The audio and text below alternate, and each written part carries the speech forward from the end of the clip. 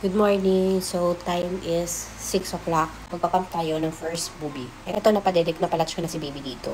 Dito naman, magpapump tayo kasi dito pala nakatulog na siya. And this breast is punong-puno, kaya kailangan natin siyang ipump. So, ganyan ako kapag nagpapump. Kasi pag nasa bahay, hindi na ako nagbabra. So, kung gusto mo magpump, nilalagay ko yung pump ko, tapos saka ako nagbabra. Kasi para lang ma-sealed in or masiksik at hindi malaglag yung wearable breast pump. Ganyan ginagawa ko. So, after ko mag-pump, tatanggal ko na, tapos hindi na nagbabra. Kasi, diba, pag nagpapa-breastfeed, pag nagpapa-latch, madali pag hindi ka nakabra dahil nga, angat mo lang. So, ngayon, habang naghihintay tayo, mga 20 minutes din kasi to, magkakape na muna tayo. So, meron kong gusto i-share sa inyo, itong bago ko na-discover.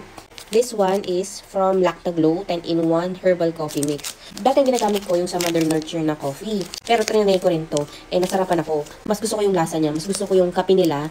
And in fairness, maganda yung effect niyan. Malakas din siyang makapagpagatas. So this one, as coffee, ito na yung tinitake ko sa umaga. Isa din ito sa nakakapag-boost ng milk supply ko. So ngayon, ito na yung in-order ko talaga kasi nga gusto ko yung lasa nila. So, ang dami din kasi niya kaya malasa talaga siya. Ang nagustuhan ko rin dito kasi, bukod sa nakakapag-boost siya ng milk supply mo, mas marami siyang nutritional benefits para mas lalo kang mag-glow and stay healthy. Kaya nga siya Lactaglow. And in fairness, mas mura po ito. 10 sachet din siya, tapos marami yung laman, masarap, nakakapag-boost pa ng pre-supply mo. So, siya, ganyan lang kadami yung tubig. Kung gusto mo tamang-tama yung timpla, 150 ml of water. Pero ako kasi tansyahan na lang.